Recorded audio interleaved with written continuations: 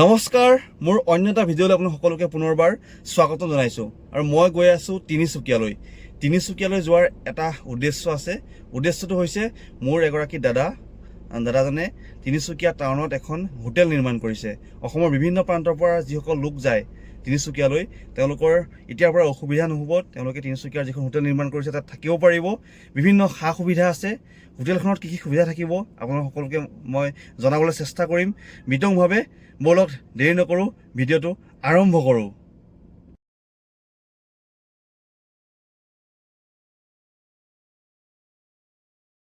আৰু আপোনালোকে ইতিমধ্যে গম পাইছে আমি আছোঁ তিনিচুকীয়াত, আৰু তাত নতুনকৈ এখন হোটেল ইতিমধ্যে নিৰ্মাণ কৰি থকা হৈছে, আৰু নাম হৈছে হোটেল স্কাইলাইন।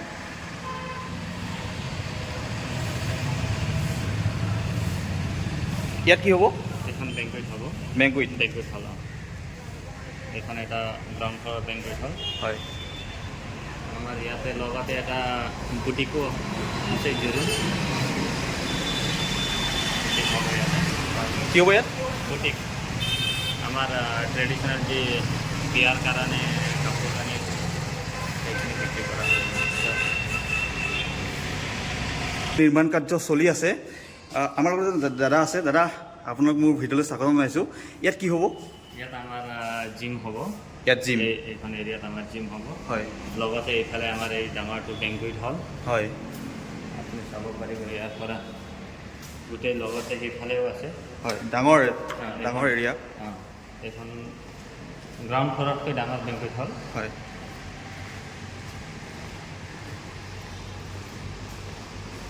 ইমানখিনি এৰিয়া আছে। ইয়াৰ পিছফালে আমাৰ কিটচেন আছে। হয়, পিছফালে কিটচেন আছে।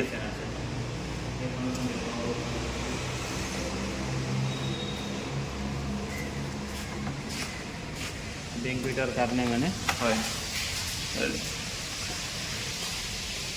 ঠিক আছে।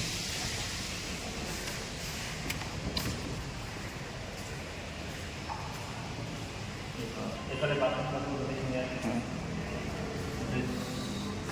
বাথৰুম।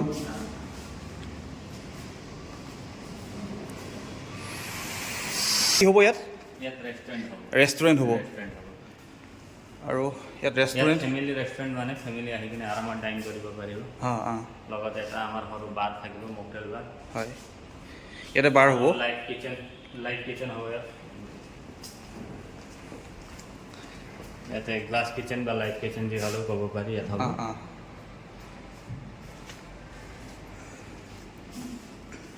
আৰু ইয়াতে আমাৰ এটা প্ৰাইভেট ডাইনিং ৰুমো হ'ব এইফালে ৰেষ্টুৰেণ্টৰ মাজতে।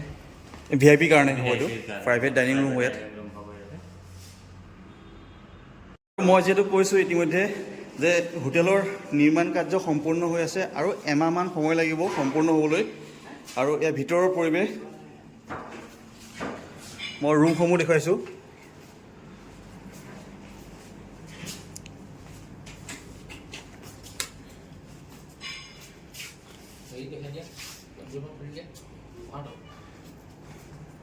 চাওক কি সুন্দৰ।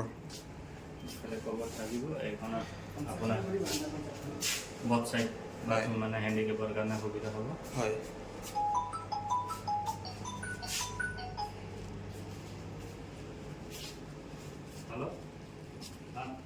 আৰু অন্য এটা ৰুম আমি দেখুৱাম।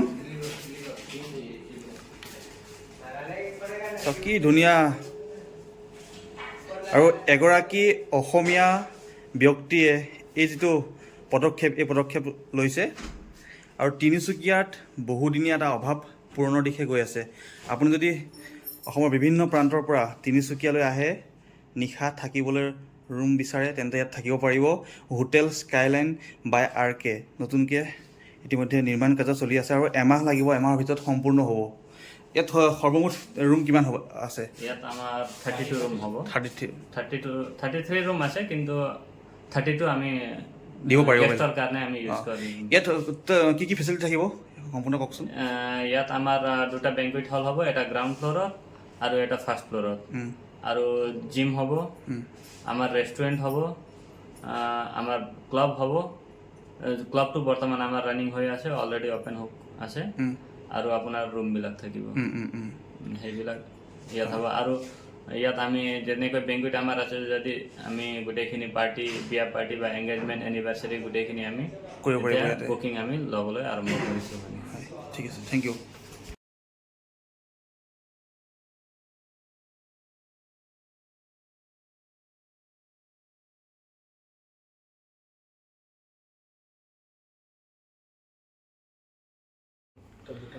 আৰু আপোনালোকে ইতিমধ্যে গম পাইছে মোৰ ভিডিঅ'সমূহত আপোনালোকে গম পাইছে যে তিনিচুকীয়াত এখন অত্যন্ত আধুনিক এখন হোটেল নিৰ্মাণ কৰা হৈছে, হোটেল স্কাইলেণ্ড। আৰু এই যিখন হোটেল, এই হোটেলখনৰ মূল যিগৰাকী ব্যক্তি ৰঞ্জন কলিতা মোৰ লগত আছে। আমি সকলোৱে দাদাক বাবাদা বুলি মাতোঁ। বাবাদা ভালে আছে? ভালে। আপুনি নতুন এটা পৰিকল্পনা কৰিলে। বহুদিনীয়া এটা অভাৱ আছিলে তিনিচুকীয়াত। যেতিয়া অসমৰ বিভিন্ন প্ৰান্তৰ পৰা ভাৰতবৰ্ষৰ বিভিন্ন প্ৰান্তৰ পৰা তিনিচুকীয়ালৈ মানুহ আহে, থকাৰ এটা ভাল সুবিধা নাছিলে, কিন্তু এই যিটো অভাৱ, এই অভাৱটো আপুনি সম্পূৰ্ণ কৰিলে। কওকচোন কিদৰে পৰিকল্পনাটো কিদৰে কৰিলে অকণ কওক। মই আগৰ পৰাই ভাবি আছিলোঁ যে তিনিচুকীয়াত হোটেল এখন কৰিম বুলি ভালকৈ। তাৰপিছত এতিয়াতো হোটেলখন কৰোঁতে অলপ টাইম লাগিলে মোৰ, 3 বছৰ লাগিলে টোটেল, এতিয়াও কমপ্লিট হোৱা নাই। তথাপিও আজি যিটো মই ৰেষ্টুৰেণ্টখন আৰু বাৰখন এতিয়া কমপ্লিট হৈছে, ৰেষ্টুৰেণ্ট তাৰপিছত বেংকুৱেট হল এতিয়া কমপ্লিট নহওঁতেই আজি 15 দিনৰ আগতে হোটেলৰ বিয়া এখন আহিছে আমাৰ পানীতোলাৰে মোৰ লগৰ বন্ধু এজনৰ। তো বিয়াখন দুটা হল দি পেলাই মই বিয়াখিনি কমপ্লিট কৰিলোঁ। তাৰপিছত এতিয়া ইয়াৰ যিখিনি আমাৰ ওচৰৰ ল'ৰা আছে, আনএমপ্লয়ড যিখিনি ল'ৰা আছে, ইয়াত সংস্থাপনৰ কাৰণে সেইখিনি সুবিধা কৰি দিছোঁ। আৰু ইয়াতে আমাৰ হোটেলখনৰ যিখিনি আছে, এতিয়া পাৰ্কিঙৰ পৰা লৈ গ্ৰাউণ্ড ফ্ল'ৰ পাৰ্কিং আছে, তাৰপিছত ৰেষ্টুৰেণ্ট আছে, বাৰ আছে, ৰুম আছে আপোনাৰ 33, তাৰপিছত আপোনাৰ যিখিনি আছে 12 পৰা যিখিনি মানুহ ফুল চিকিউৰিটি দিব লাগে সেইখিনি সুবিধা কৰা আছে। আৰু মই নিজে ইয়াত থাকোঁ, ৰাতি 11টা বজাত হওক 12টা বজাত হওক, সেইখিনি মই নিজে চোৱা মেলা কৰোঁ। আৰু যিখিনি চিকিউৰিটি দিব লাগে সেইখিনি মই নিজে চাই থাকোঁ। আপোনাৰ এই মনলৈ কিদৰে আহিলে? আপুনি এগৰাকী ব্যৱসায়ী বা বিল্ডাৰ আপুনি, হয়, এই হোটেল নিৰ্মাণ কৰা কথাটো মনলৈ কিদৰে আহিলে? হোটেলটো তাৰমানে আগৰ পৰা মই ভাবিছোঁ, মোৰ একদম সৰুতে মই হোটেল খুলি আছিলোঁ এখন, সৰুকৈ হোটেল এখন খুলিছিলোঁ। তেতিয়াও মই নিজে চব কৰি আছিলোঁ, তাতে বনোৱা মেলা লৈ পেলাই চব কাম মই নিজে কৰিছিলোঁ। তাৰপিছত লাষ্টতে তেতিয়া আমি ভাবি থৈছিলোঁ যে মই ষ্টেচনৰ ওচৰৰ পৰা, আমাৰ নতুন ষ্টেচনৰ পৰা তিনিচুকীয়া থানালৈকে এখন মোক এডোখৰ মাটি লাগে। তো তেতিয়া মই হস্পিটেলখন বনাই থাকোঁতে, চিভিল হস্পিটেলখন বনাই থাকোঁতে মই তেতিয়া ভাবিলোঁ যে মাটি এডোখৰ, মই খবৰ পালোঁ এডোখৰ। তাৰপিছত মাটিখিনি ল'লোঁ। মাটিখিনি লৈ পেলাই আস্তে মই তেতিয়া গহপুৰ চিভিল হস্পিটেল বনাই আছিলোঁ তাতে। তেতিয়া মিছেছে আহি পেলাই গোটেইখিনি ইয়াত কামখিনি আৰম্ভ কৰিলে, JCB লগাই মাটি চাটি কৰি পেলাই। তাৰপিছত কামখিনি আজি এইটো পৰ্যায় পালোগৈ যে বিল্ডিংটো কমপ্লিট হৈছে আমাৰ হোটেলখনৰ।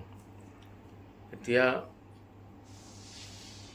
যিখিনি এতিয়া ষ্টেচনৰ ওচৰতো আমাৰ খুব বেছি 1/2 কিলোমিটাৰ ষ্টেচনৰ পৰা হয়, এয়াৰপৰ্টৰ পৰা 30 কিলোমিটাৰ হয়, সেইখিনি সুবিধা হোটেলখনত আছে। হোটেলখনৰ একজেক্টলি লোকেশ্যনটো ক'ত? সিজুগুৰি আপোনাৰ অভাৰব্ৰিজৰ ওচৰত স্কাইলেণ্ড হোটেলখন আছে আমাৰ। হয়, আমাৰ অৰ্থাৎ ৰাজ্যৰ বিভিন্ন প্ৰান্তৰ পৰা যদি কোনো ব্যক্তি আহি ইয়াত থাকিব পাৰে, বিচাৰিলে থাকিব পাৰিব। এতিয়া আমাৰ ৰুম কমপ্লিট হোৱা নাই, তথাপিও আজি 2 দিনৰ আগত ডুবাইৰ পৰা গেষ্ট এজন আহিছে, মানুহ আহি পেলাই ফেমিলিত আহি ইয়াত মোক ক'লে যে ৰুম লাগে।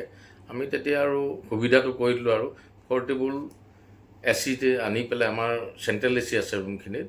তো আমি গেষ্টজন আহিলে যেতিয়া আমি তেখেতক পৰ্টেবল AC আনি পেলাই 2টা ৰুম তেখেতক আমি সুবিধা কৰি পেলাই দিলোঁ। তেখেতে সন্তুষ্ট হ'ল আৰু খুব ভাল পাইছে। ভাল পাই মেলি তেখেত ইয়াৰ পৰা আমাৰ গৈছে। তেখেতে সম্পূৰ্ণ কেতিয়া হ'ব? সম্পূৰ্ণ আমাৰ পূজাৰ আগত গোটেইখিনি কমপ্লিট হৈ যাব। আৰু আমিও শুভেচ্ছা জ্ঞাপন কৰিছোঁ। এয়া আছিলে আমাৰ সকলোৰে মৰমৰ বাবাদা ৰঞ্জন কলিতা। তেখেত পেছাত এগৰাকী বিল্ডাৰ। বিভিন্ন স্থানত অসমৰ বিভিন্ন প্ৰান্তত তেখেতে বিভিন্ন বিল্ডিং নিৰ্মাণ কৰে, কিন্তু তেখেতে এটা নতুন ব্যৱসায় আৰম্ভ কৰিছে, এখন হোটেল নিৰ্মাণ কৰিছে। আৰু মই পুনৰ কৈছোঁ, অসমৰ বিভিন্ন প্ৰান্তৰ যদি ব্যক্তি তিনিচুকীয়ালৈ আহে, তেওঁলোকৰ যদি থকাৰ ক'ৰবাত অসুবিধাৰ সৃষ্টি হয়, এই যিখন হোটেল, এই হোটেলে তেওঁলোকৰ অভাৱ পূৰণ কৰিব বিভিন্ন সুবিধা আছে। অত্যন্ত আধুনিক আধুনিক কৌশল প্ৰয়োগ কৰি এই যিখন হোটেল, এই হোটেলখন নিৰ্মাণ কৰিছে। আৰু আমিও শুভেচ্ছা জ্ঞাপন কৰিছোঁ দাদা, আগুৱাই যাওক। থেংক ইউ, আপোনালোক আহিব পাৰে। Thank U.